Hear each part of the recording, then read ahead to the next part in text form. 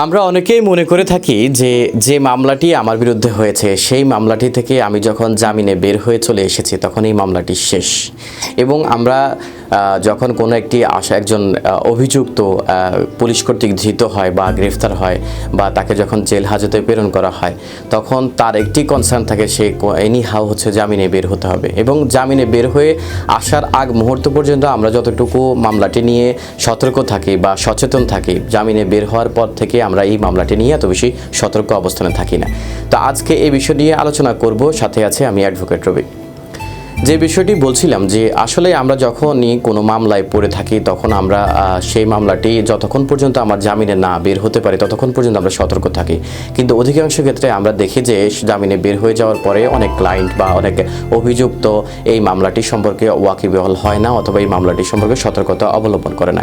কিন্তু আপনি জানেন কি এই মামলাটি যে আপনি শুধু জামিনে বের হয়ে আসার পরে মামলাটি শেষ হয়ে গেল না, এবং বা আপনি জামিন পাওয়ার সাথে সাথে এই মামলাটির সমাপ্তি ঘটল না।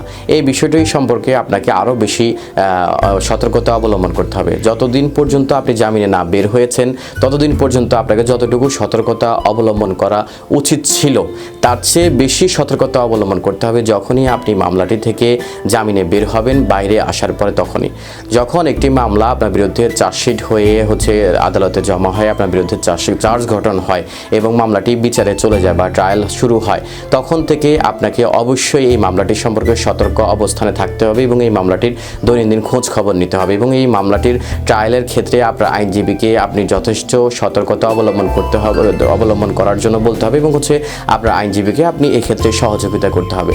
যদি আপনি কোনো একটি মামলায় পড়ে যান এবং সেই মামলাটি থেকে আপনি জামিনে বের হয়ে আসার পরে আপনার এই মামলাটি যদি চার্জ গঠন হয় বা ট্রায়ালে যায় তখন সেক্ষেত্রে আপনাকে অবশ্যই নিয়মিতভাবে আপনি রুটিন মাফিক সেই মামলাটি সম্পর্কে আপনার আইনজীবীর কাছ থেকে খোঁজ খবর নিতে হবে।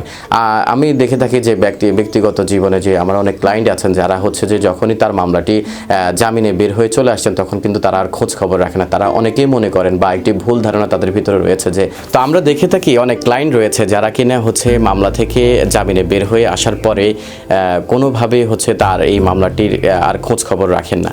তো এক্ষেত্রে আমি বলবো যে অবশ্যই আপনি মামলা থেকে জামিনে বের হয়ে আসার পরে আপনাকে জামিনে বের হয়ে আসার আগ মুহূর্ত পর্যন্ত আপনি যতটুকু সতর্ক অবস্থানে ছিলেন তার চাইতে বেশি সতর্কতা অবলম্বন করতে হবে এবং আপনার এই মামলাটির আদ্যপান্ত আপনাকে জানতে হবে এবং সেই ক্ষেত্রে অবশ্যই আপনাকে আপনার আইনজীবীকে সহযোগিতা করতে হবে।